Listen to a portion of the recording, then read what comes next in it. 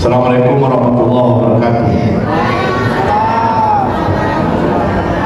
Alhamdulillahilladzi ahyana ba'da ma'amatana wa ilaihin nusur. Ungkapan rasa syukur kepada Allah Subhanahu wa taala.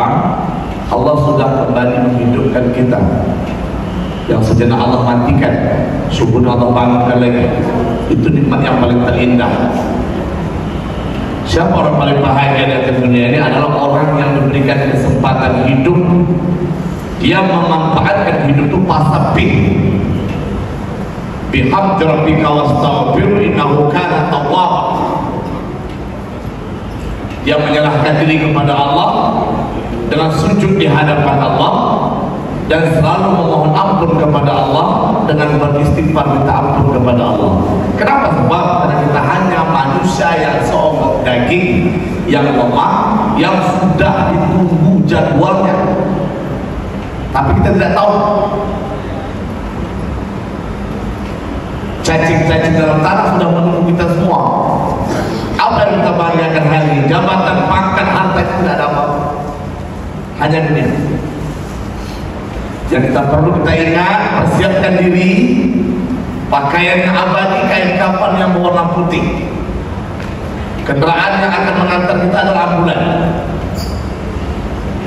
Rumah yang abadi adalah kuburan. Apalagi hadir anak-anak yatim piatu hari ini.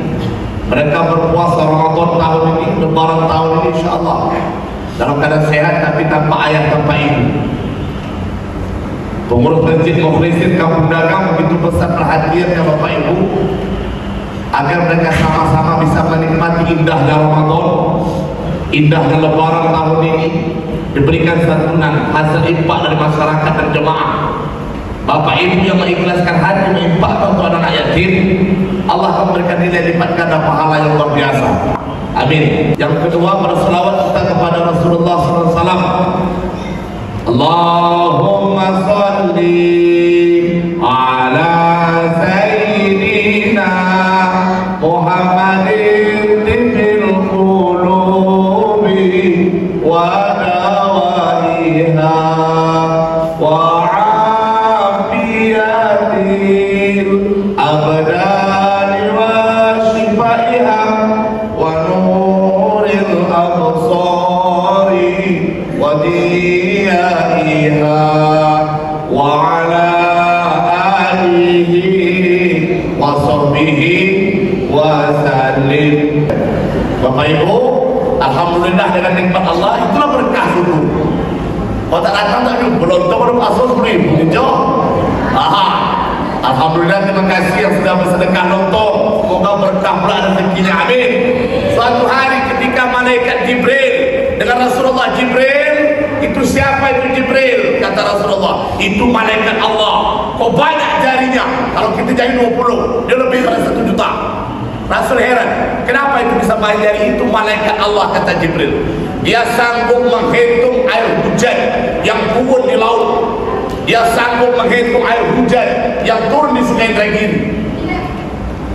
Tapi ada yang tak sanggup menghitung ketika sejenak tadi kita serentak bersama-sama di majelis yang dimuliakan Allah, majelis yang dicintai oleh Allah, majelis yang dimuliakan oleh Rasulullah. Apa dia? Ketika kita bersama-sama membaca sholawat Nabi. Ada hadis dari Jabir R.A., ada beberapa para pendapat ulama, para riwayat, ketika malaikat Jibril, ketika Nabi sedang naik mimbar di bulan Sya'ban ingin berkhutbah, naik tangga 1, naik tangga 2, naik tangga 3, malaikat sempat bercakap sama Nabi, ya Rasul, merugilah salah satunya apa? Bagi umatmu ketika disebut namamu mereka tidak bersolawat untukmu, celakalah bagimu. Apa bukti Nabi Muhammad? Berbanyak bersolawat. Mahabbata sunnati wa makana ma'ifil jannati. Kalau kita dekat sama Rasulullah, bersolawat. Apa hebat selawat? 1, Allah limpahkan curahan rahmat dan nikmat. 2, Dua, dapat syafaat. Tiga, semakin dekat dengan Rasulullah, semakin dimuliakan oleh Allah, kebahagiaan hidup kau dapat. Itu maksud selawat. Apalagi di kampung-kampung, anak panas tinggi, bawa ketobuan, telontang terumpuk, ambil kunyit satu, buang ke rumah satu, bawa balik masuk plastik. Apa kata dia? Bawa balik rumah, anak berdomam, kelangkah, kata yang seorang pula. Masuk plastik, apa posan dia? Baca selawat 3 kali. Apa hebat selawat? Baca obat. Itu hebat selawat. Jadi Bapak Ibu, qul in kuntum tuhibbunallaha yuhibbukumullah wa yaghfir lakum dzunubakum wallahu ghafurur rahim. Kalau ingin dekat dengan Allah, perbanyak menyebut nama Allah. Baru saja kita lewati peristiwa yang hebat. Baru saja kita tinggalkan peristiwa spektakuler, peristiwa yang sangat menakjubkan, dan sudah kita peringati di Masjid Mukhlisin, di masjid di mana instansi, di mana organisasi semua sudah memperingati peristiwa itu. Apa dia? Rajab bisyahrillah, Rajab itu bulannya Allah. Kenapa dikatakan bulannya Allah? Karena mulanya Nabi bertemu dengan Allah di bulan Rajab, mendapat peristiwa yang hebat, peristiwa yang menakjubkan. Nabi lain tidak mengalami peristiwa ini, hanya baginda Nabi besar. Maka besar peristiwa itu, agung, diabadikan dalam surah Al-Isra, disebut dengan peristiwa Isra Mi'raj. Maka Rajab terkenal dengan malam Isra wal Mi'raj. Wa Sya'ban syahri, Sya'ban itu bulan. Maka Sya'ban sudah kita lewati, sudah kita bulat kegiatan di masjid, mengkhususkan di beribadah, memperbanyak amal ibadah, berzikir, bersolawat, membaca Al-Quran, membaca Yasin 3 kali. Itu terserah, selagi kegiatan yang beribadah. Yang namanya ibadah itu baik. Lanjutkan. Sudah kita lewati malam nisfu Sya'ban, lah Allah izinkan bertemu. Wa Ramadhan syahrul ummati, Ramadan itu bulan untuk umatku. Tinggal hitungan hari. Yang kita belum ayahlah kita Arif, insyaAllah tetap nunggu sudah isbat hari Kamis atau Jumat. Kapan kita mulai tarawih? Kalau tidak ada halangan tanggal 1 kita sudah mulai tarawih, sudah mulai sahur. Tunggu sudah isbat Kementerian Agama, kapan kita mulai puasa. Ramadan terkenal dengan malam Lailatul Qadar. Rajab bulan menanam. Apa yang ditanam? Amal kebaikan. Sudah ditanam amal kebaikan, maka Rajab termasuk bulan haram. Apa dia bulan haram?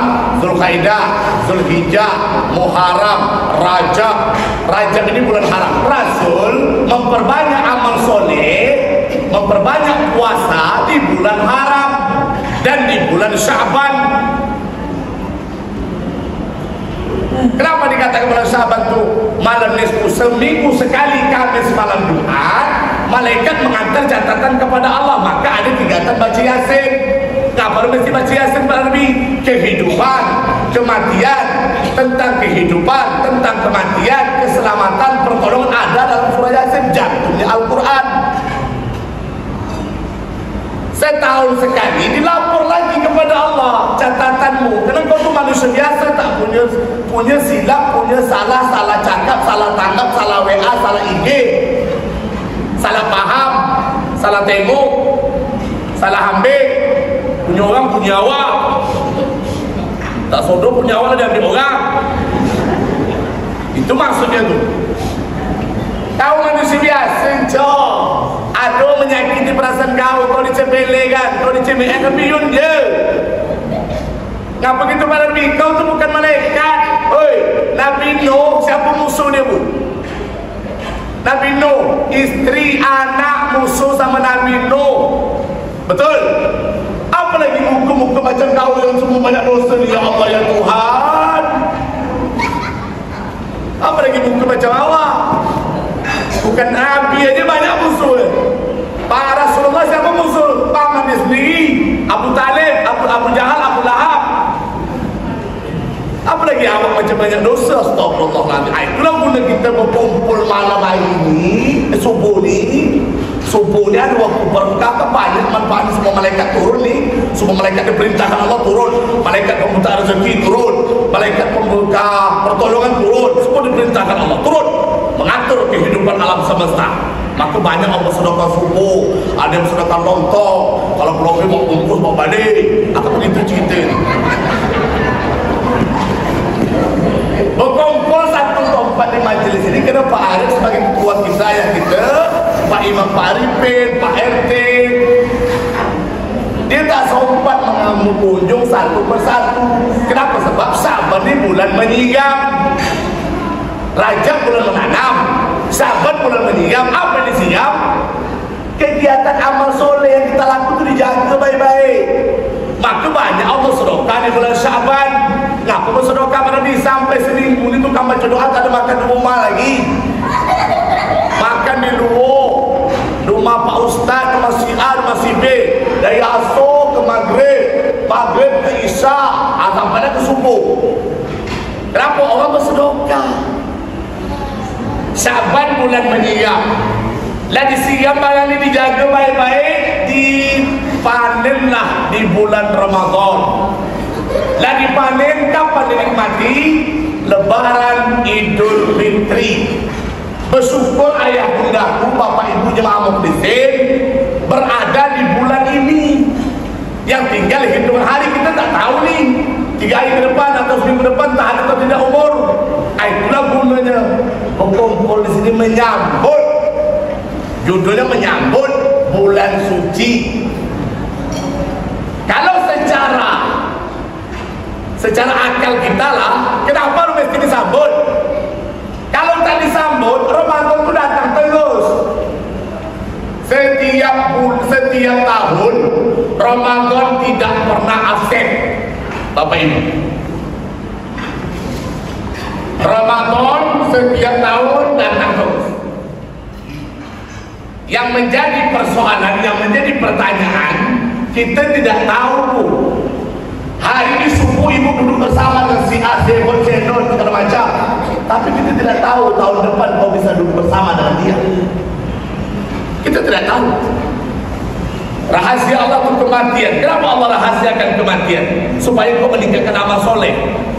Itulah hebat Allah merahasiakan kematian. Kalau sempat tahu kita semua mati besok pagi, saya yakin majlis masjid penuh sampai keluar jalan untuk beramal soleh, mengaji, bertadarus, berzikir.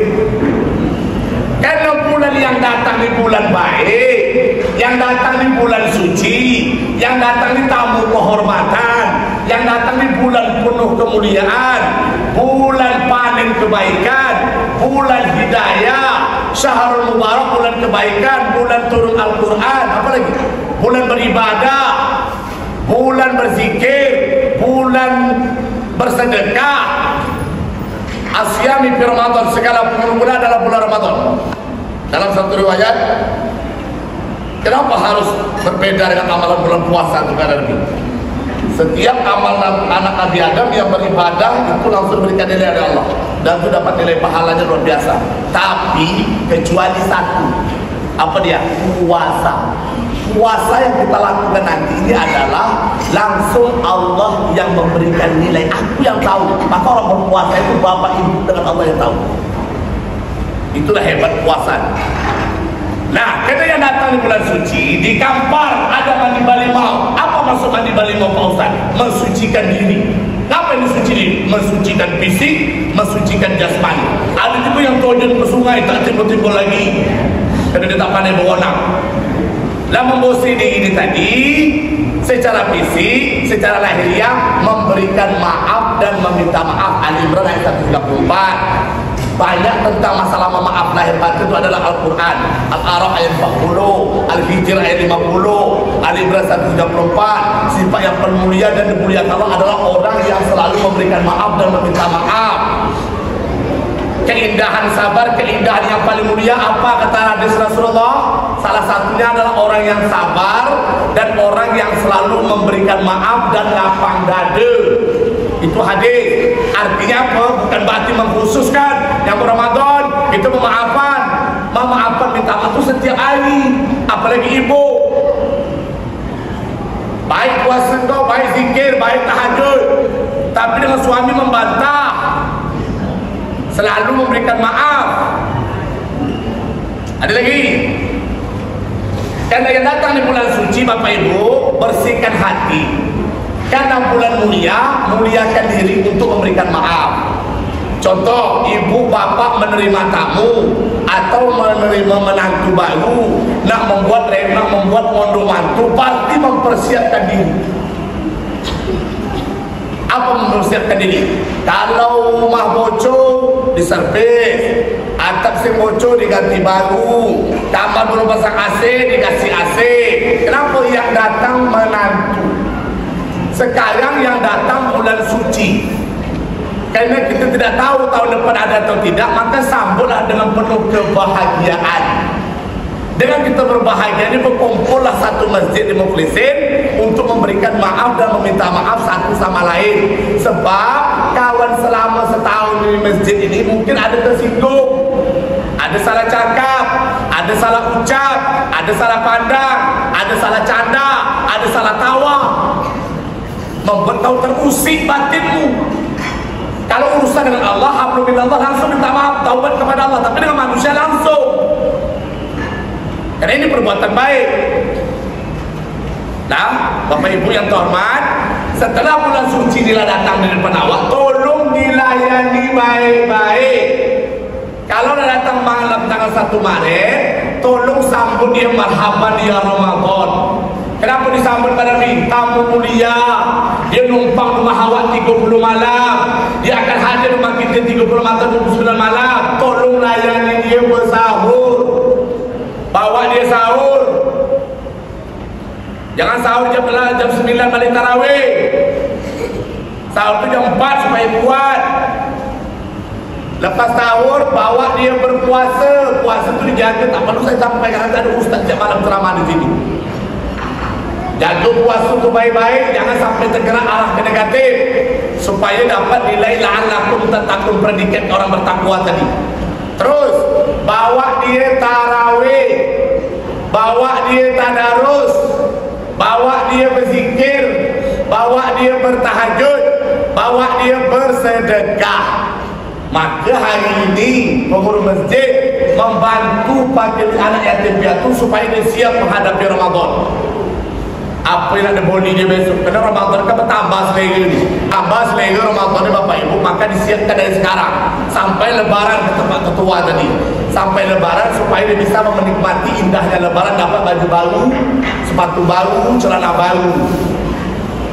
Memotivasi juga pada masyarakat yang bersedekah dan anak yatim yang menerima. Tak sempat seminggu sekali datang ke masjid, datanglah ke masjid sebulan sekali. Kenapa lah dibantu oleh masyarakat dan jemaah? Tak sempat juga datang sebulan sekali ke masjid. Setahun sekali, sebulan sekali, setahun sekali kemari. Tengok masjid ni, beribadah kita di sini.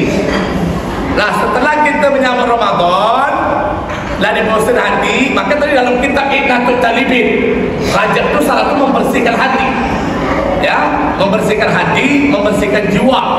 Maka pembersih dosanya di bulan Ramadan. Nah, sebelum kita masuk bulan Ramadan, perlu kita membersihkan diri dengan meminta maaf dan memberikan maaf kepada yang satu. Maka ada hadis Abu Hurairah, ada beberapa riwayat. Salah satunya, celakalah bagi seseorang ketika Nabi naik ke mimbar berkhutbah di bulan Sya'ban, merugilah seseorang satu apabila bertemu di bulan Ramadan, dia tidak memanfaatkan Ramadan itu dengan baik. Ramadan itu datang begitu aja tanpa ada pesan dan kesan dalam hidupnya. Artinya apa Bapak Ibu? Ramadan bulan yang betul-betul pengampunan dosa dilalaikan dia. Yang kedua, celakalah bagi seseorang mak bapaknya masih hidup tetapi tidak dimanfaatkan dengan baik, tidak diurus dengan baik, maka tidak ada surga bagi dalam dirinya. Itu hadis dari riwayat Abu Hurairah, Jabir RA juga mengatakan begitu. Kemudian yang ketiga itu tadi yang saya sampaikan, masa selawat. Kemudian malaikat Jibril juga berdoa. Sia-sialah puasa seseorang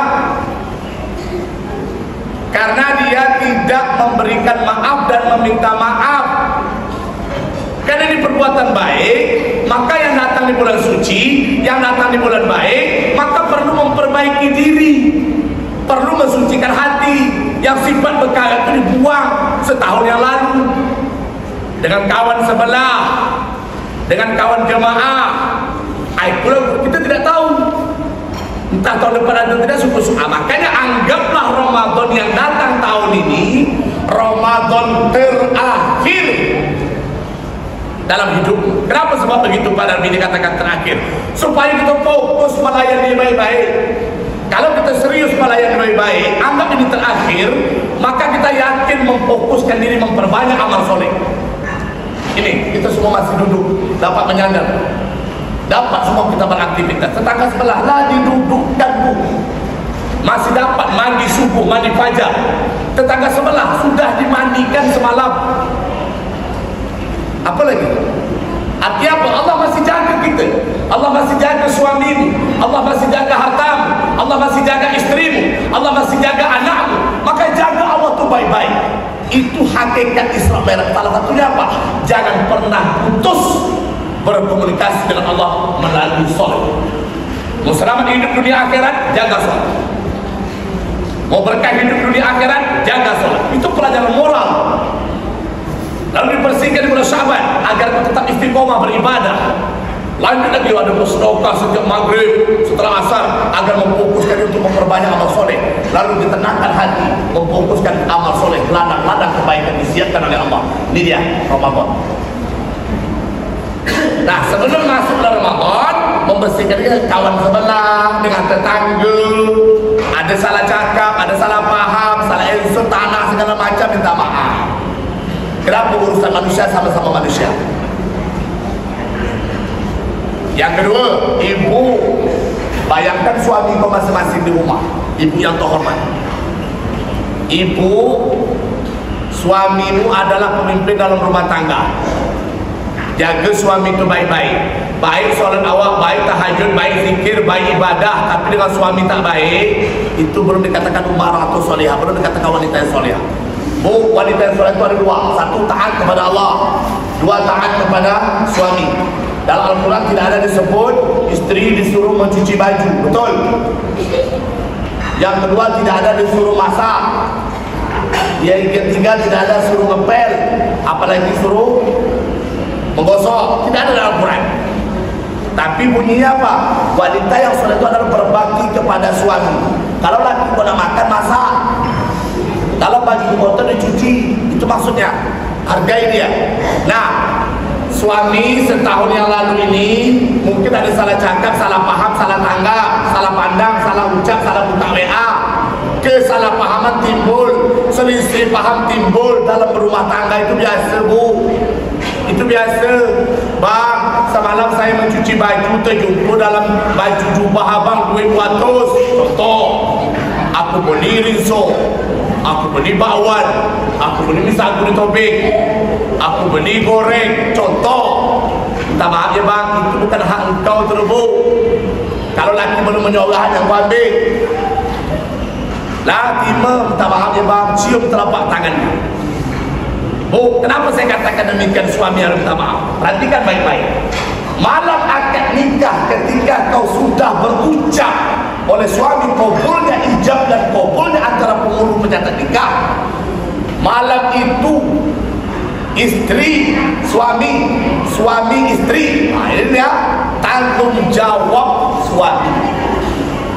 Dosamu tanggung jawab suami. Surga terletak di bawah telapak kaki ibu. Keberkahan hidup ada pada suami istri.